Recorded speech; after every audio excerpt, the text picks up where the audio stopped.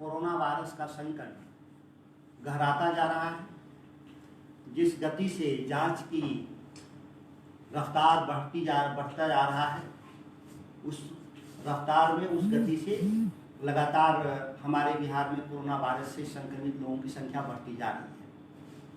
लेकिन आश्चर्यजनक रूप से इतने बड़े विपदा में कोरोना वायरस पूरे बिहार में के विमर्श से बाहर होता जा रहा है और बिहार चुनाव की तरफ बढ़ता जा रहा है।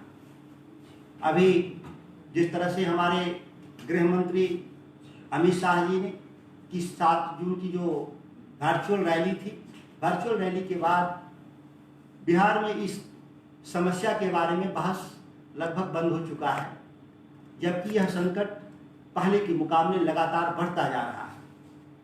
आश्चर्य है, बिहार की मीडिया, प्रिंट मीडिया हो, इलेक्ट्रॉनिक मीडिया हो, और यहाँ तक कि बिहार सरकार के जो हमारे कर्मचारी और पदाधिकारी इस विषम परिस्थितियों में लगे हुए थे इस रोग को रोकने के लिए, उन तमाम लोगों की ड्यूटी चुनावी तैयारी में लगा दी गई है। हमारे जिला पदाधिकारी और उनके नीचे अनुमंडल पदाधिकारी, प्रखंड विकास पदाधिकारी और जो भी हमारे शिक्षक हैं नीचे तक। स्कूल चलाने की बात बिहार में नहीं हो रही है, लेकिन चुनाव कराने की बात हो रही है लगातार, और इसकी तैयारी व्यापक पैमाने पर चुनाव आयोग के द्वारा, चुनाव आयोग के निर्देशों के आलोक में बिहार सरकार इस काम में लग गई है। समझ में नहीं आ रहा है कि बिहार में कोरोना वायरस संकट से निपटा जाना जरूरी है कि चुनाव जरूरी है। चुनाव अगर लोकतंत्र में जरूरी है तो इसको भी किया जाए। हम लोग विपक्ष के रूप में इसका स्वागत करते हैं, हम इसका विरोध नहीं करते।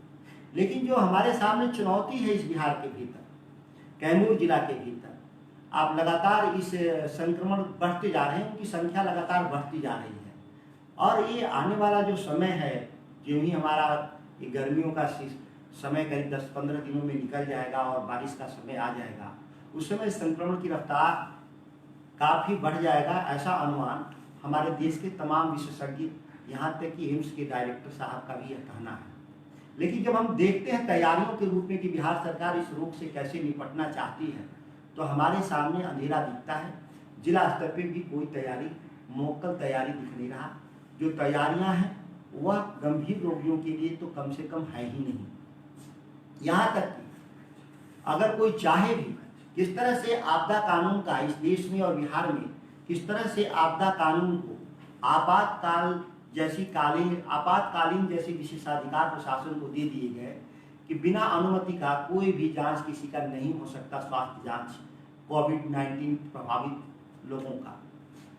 यह जो अधिकार मिला है जिला प्रशासन को और डॉक्टरों को, स्वाभाविक रूप से अगर कोई रोगी को महसूस हो, आम इंसान को, कि हम इससे प्रभावित लग रहे हैं, तो उसकी जांच की सुविधा सीधे तौर पर नहीं है, ना ही वो सीधे करवा सकता है बिना कलेक्टर की, बिना जिला पदाधिकारी की अनुमति का।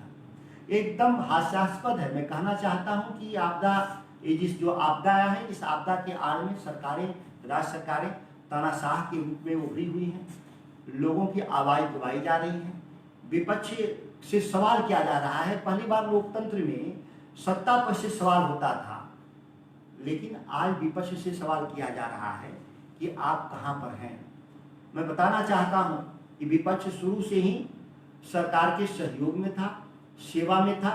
कैमूर में देखा होगा कि हम लोग व्यापक पैमाने पर तेजस्वी भोजनालय की स्थापना भी हम लोगों ने किया था। यहाँ तक कि शुरुआती दौर में हम लगभग, जब लोगों के पास मास्क उपलब्ध नहीं था बाजार में, हम लोग लाखों मास्क बनवाकर भी वितरण करने का काम किया था।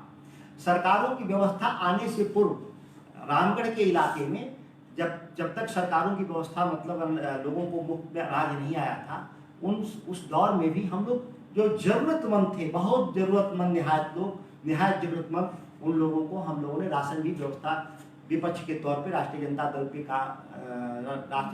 कार्यकर्ता के नाते हम लोगों ने किया था। आज बिहार में डबल इंजन की सरकार है, केंद्र में भी भाजपा की सरकार, बिहार में भी भाजपा की सरकार, और ये डबल इंजन की सरकार के साथ डबल पायलट भी हैं। एमएलए भी भाजपा के हैं और सांसद भी भाजपा के हैं। यहाँ तक कि सांसद हमारे केंद्रीय मंत्री हैं। लेकिन केंद्रीय स्वास्थ्य राज्य मंत्री होते हुए क्या बक्सर में उन्होंने कोई हेल्थ सेंटर की स्थापना किया? कैमूर में कोई हेल्थ सेंटर की स्थापना किया? कोई भी एक उन्होंने, उनका योगदान हो तो बताया जाए।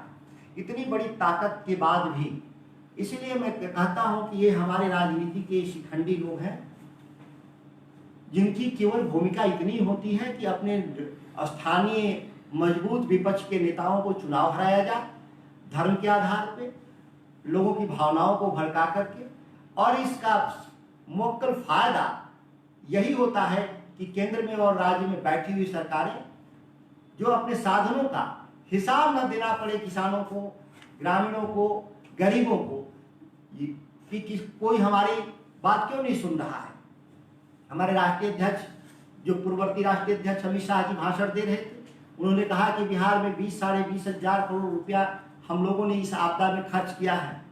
मैं जानना चाहता हूं कि कोई एक किसान का लोन माफ हुआ हो बिहार सरकार की तरफ, या ब्याज माफ हुआ हो, या किसी किसान को एक पैसे रुपए मिले हो खाते में। यहाँ तक कि जिन लोगों को उज्ज्वला योजना के तहत फ्री में गैस सिलेंडर मिलना था, उन पर भी एक शर्त थोप दिया गया कि 30 अप्रैल से पहले जो सिलेंडर लेंगे उन्हीं को हम मई और जून का सिलेंडर देंगे। यह बात लोगों के संज्ञान में नहीं होने के चलते बहुत सारे हमारे जो उज्ज्वला योजना के लाभान्वित जो व्यक्ति हैं वो नहीं इस फायदे का उपयोग कर पाए। इस तरह से जो केंद्र सरकार और राज्य सरकार की योजनाएं भी चल रही हैं, वो गांव तक आते आते लड़खड़ा जा रही हैं या नहीं के बराबर पहुंच रही हैं। यह हमारे सबसे बड़ी चुनौती है।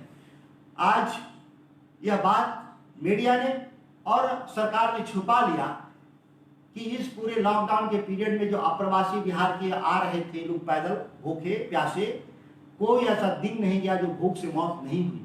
लेकिन कोई भी एक रिकॉर्ड बिहार सरकार के पास नहीं है, क्योंकि उन लाशों का जो स्वाभाविक रूप से उनके परिजन यहाँ नहीं थे, वो यात्रा से आ रहे थे, यात्रा के क्रम में ही थे, उनका लाशों का पोस्टमार्टम भी इन लोगों ने नहीं कराया कि उनकी मौत कैसे हुई और कि ऐसे तैसे उनका लाशों को डिस्पोज किया गया। इस कैमूर जिला में इस तरह के दर्जनों मामले थे। ज्ञात इतिहास में और आजाद भारत में इतनी बड़ी पलायन हम लोगों ने कभी देखा नहीं और ना हम लोगों ने कभी सुना।